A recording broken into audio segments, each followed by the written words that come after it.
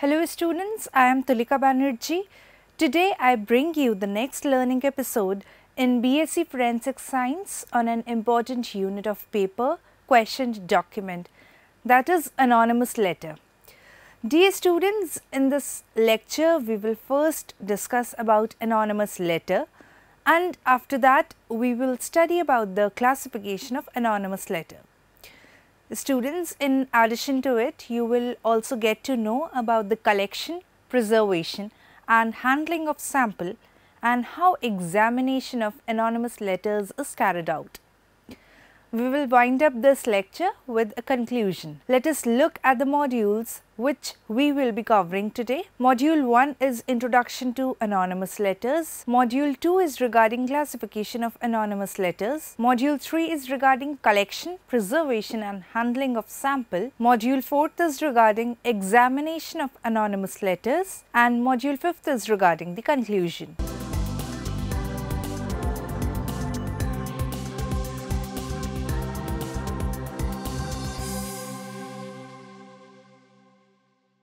Introduction to anonymous letters. An anonymous letter is one which is without any name acknowledged as that of author, contributor, or maybe the letter sent from the unknown person without any name. If, however, the letter is indecent, threatening, or in any way likely to cause a breach of the peace, then the writer puts himself in peril of legal proceedings. Whilst many cases are dealt with as civil offences, writers of blackmailing, threatening and criminally libellous letters come within the ambit of the criminal law and are liable to long sentence of imprisonment. If anonymous letters are of threatening or blackmailing in type, strenuous efforts are made to detect the offender wherever the offence takes place. Such letters are therefore known as hate mail or a poison pen letter, because the nature of letter produces much distress and anguish in the victim. It has been stated in the book Judicial Graphology by Rena Nezos that the writers of such letters have a personality which is socially maladjusted, and the person suffers from a feeling of excessive jealousy and persecution. A few motivating characteristics for writing anonymous letters are jealousy, envy, malice and spite, revenge, sexual frustration, and inner feelings of personal inadequacy which fuels a desire to cause suffering.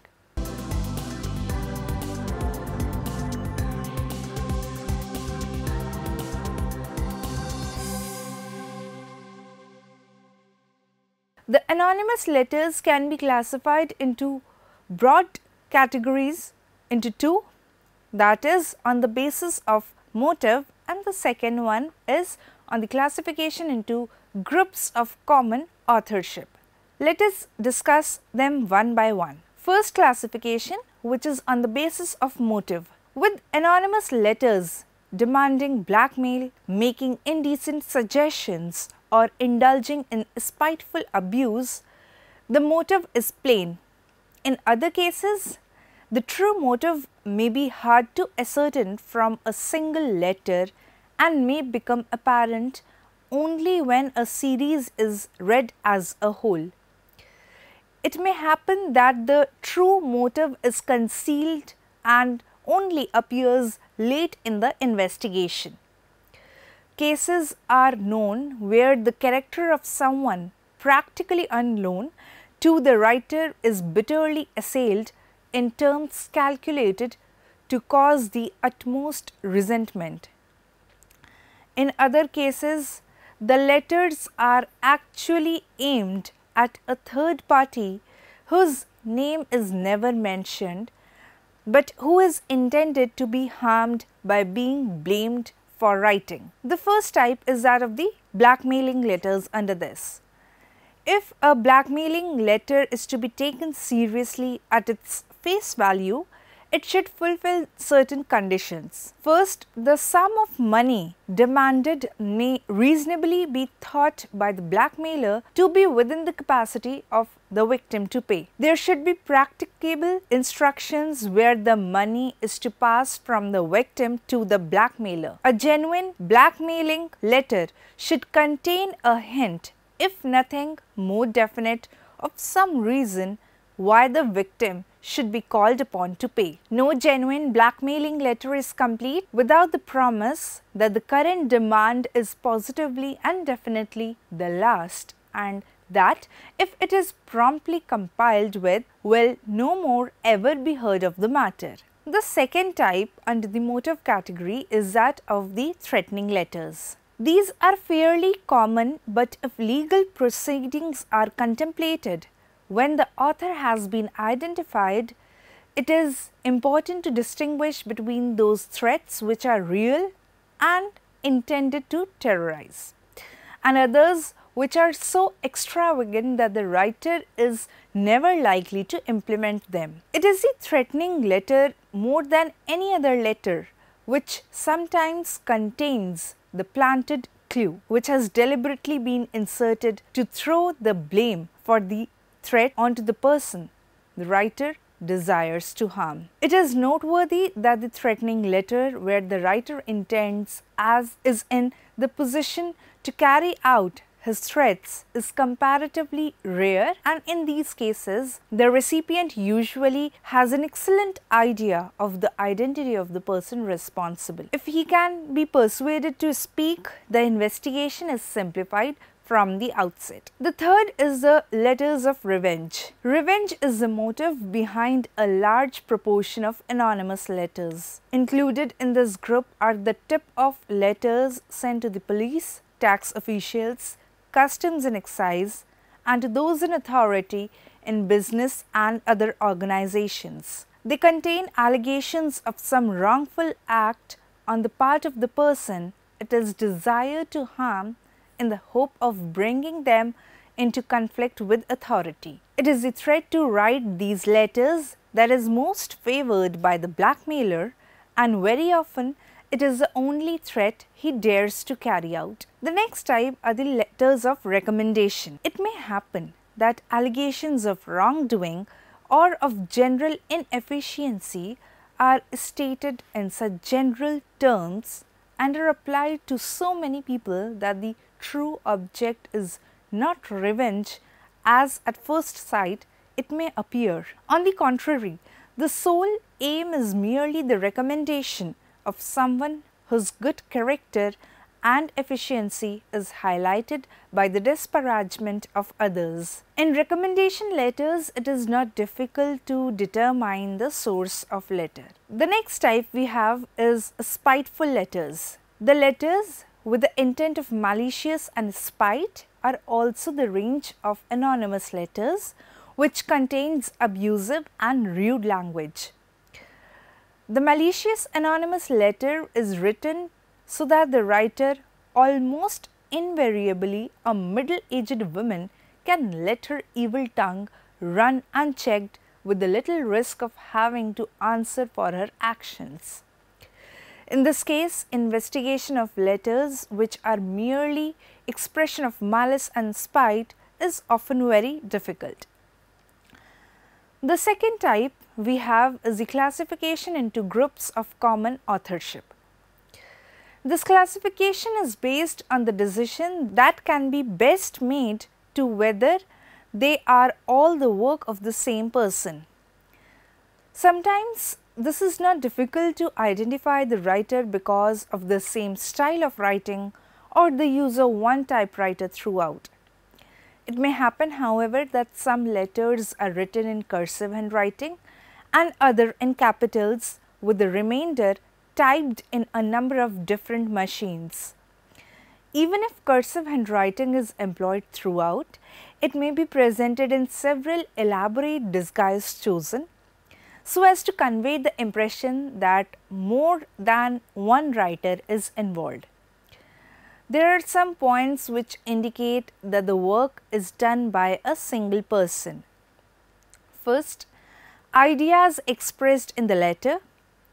Then we have quality of phraseology which reflect the personality behind the letter. And third, irrespective of the manner in which these ideas are committed to paper.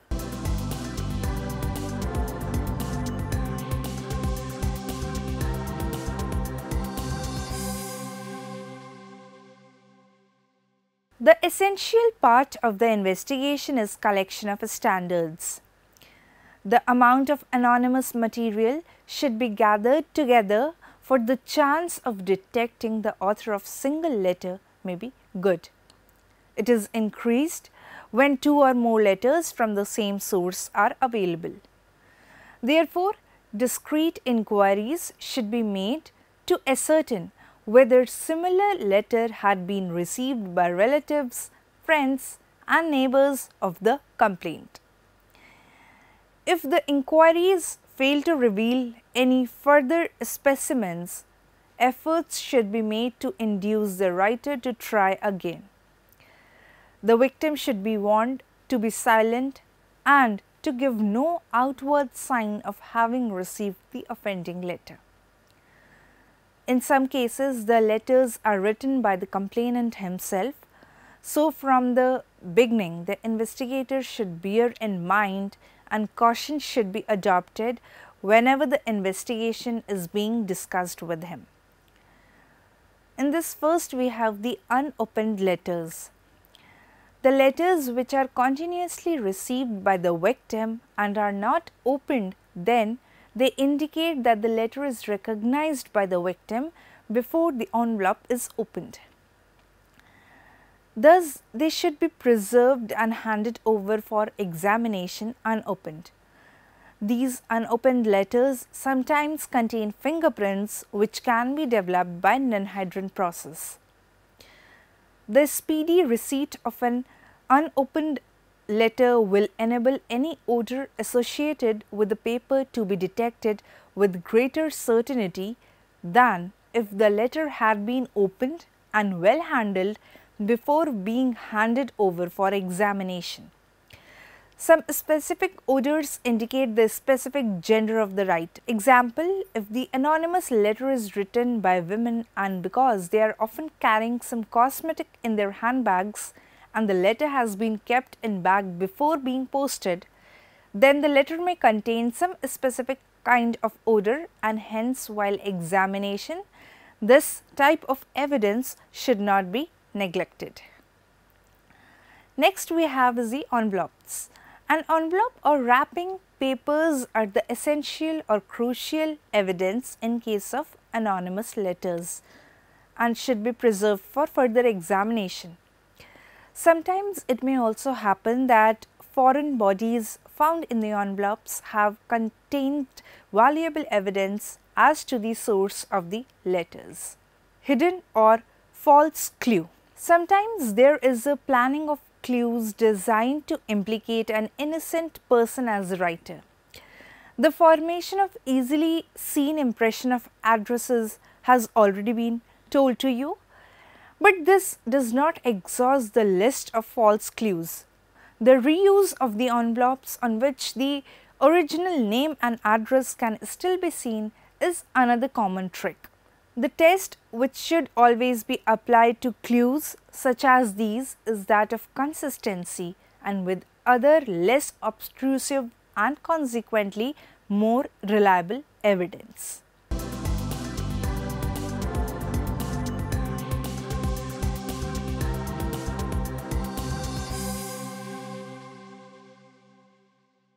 Various conclusions can be drawn from examination of anonymous letters, such as the sex of the writer, the age of the writer, occupation and social circle of writer, national, political and religious groups, and educational qualification of the writer. Although a thorough investigation should always corroborate, these conclusions are drawn through anonymous letters as the writer tries to convey false information about his or her personality in order to avoid identification. Further investigation. Once the investigator has completed the collection and reading of the letters, He should be in good possession of the ideas of the motive which inspired them, as well as estimation of the probable age, educational standard and sex of the writer. A list of the names is drawn up and places of resort mentioned in the letters throughout the examination of the material. The investigator should be on the outlook for any special feature which might be used to give a lead to the investigation. He should also make a note of any complaints which have been voiced, for these may serve to cut short the investigation if properly followed up.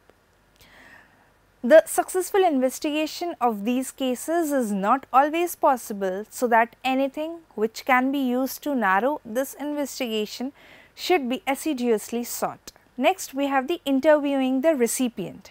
From the study of the letters, if the investigator has any reason to suspect that they are written by the author only, he should clear up this point at the very beginning.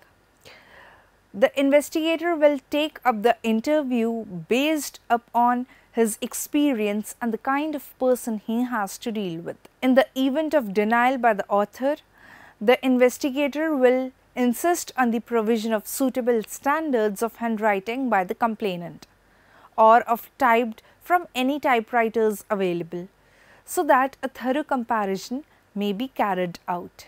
The recipient should be required to give a full account of the receipt of the letters.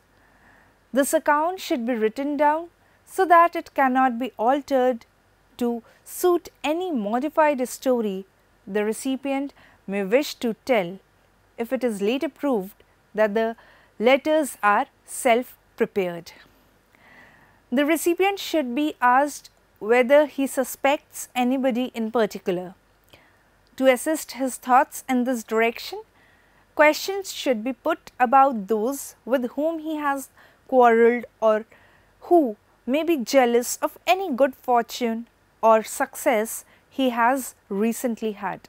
It must be remembered that the tendency is always for the recipient to accuse those he dislikes rather than the people who have reason to dislike him. These may of course be the same people, for dislike is usually mutual, but this is not always the case. At the end of the interview, the recipient should be instructed in the most definite terms not to repeat his suspicions to anyone. Then we have comparison with other complaints. If the letters seem to have been written by people of more than average intelligence, any complaints therein should be listed. With this in hand, a search should be made among the great mass of letters of expostulation and complaint which are regularly received and preserved for a period of the various organizations to which such letters are addressed. Mention can be here made of the police, the local authorities, especially the sanitary inspector and the local press. When the letters are not only abusive but show signs that they are the work of an illiterate person, inquiries should be made at the various drinking places in the locality for anyone heard uttering similar abuse or expressing similar sentiments. Next, we have the interviewing the suspect. The success of an interview with someone suspected of writing anonymous letters depends more on an investigator's experience of the world and his knowledge of the human nature than on the depth of his acquaintance with the details of the scientific examination of documents. Some officers prefer to open the interview by stating briefly the nature of the complaint they have been called upon to investigate. They make no suggestions that they consider that the suspect has any guilty knowledge, but ask him whether he has been pestered in the same way. Many guilty persons have taken off their guard by this approach and are more willing to cooperate than if they are bluntly told that they are the suspect. If the suspect admits receiving anonymous letters, the officer should ask to see them. He should not be surprised to find that they are not forthcoming but should ask the suspect to have them ready for him when next time he calls. In the next visit, the letters produced will probably not contain the envelopes. The reason for this is that the letters will probably have been written after the previous visit. The suspect should be asked whether he has any idea of the identity of the writers and the reasons for his choice. The answers to these questions are often very revealing. Even if the investigating officer has in his possession ample specimens of the handwriting of the suspect, before the interview ends, he should be asked to give a specimen of his handwriting. If he agrees but writes in a disguised hand, the officer should accept the disguised writing and then produce some undisguised handwriting of the suspect, wherein he can then demonstrate the obvious differences and ask for an explanation. This will often lead to suspect breaking down and confessing. If the suspect agrees to write and does so in his normal handwriting, this will mean that there is an extra specimen of authentic handwriting available for comparison. Next, fingerprints on anonymous letters. It is only on the rarest occasion that fingerprints of any value are found on anonymous letters. There is little point in trying to develop prints with powders, because not only do the powders disfigure the document, but the moisture to which the powder adheres slowly dries and diffuses into the paper, so that the fingerprint loses its definition. The ninhydrin process affords the best hope of developing fingerprints in paper, but even this process is subject to severe limitations, as it cannot be applied to all classes of paper. Then we have writing on walls. When incident writing on walls is being investigated, it is much simpler to provide a photograph than to remove that part of the wall bearing the writing. It is essential that two things about the writing should be clearly indicated. The first is the size of the handwriting. This is best accomplished by including a ruler or tape measure in the photograph. The second is some indication of the height of writing above the floor. This latter does not necessarily allow the height of the writer to be estimated, because it might have happened that the space available for writing was very restricted. This is a point which should be cleared up in the report of the investigator, as well as the nature of the surface and the medium in which the writing was done. It is not essential that the handwriting supplied for comparison should have been written standing against a wall, although if the suspect can be persuaded to write in letters of the same size on a sheet of paper held at the same height against a wall, it will certainly facilitate the work of the document examiner.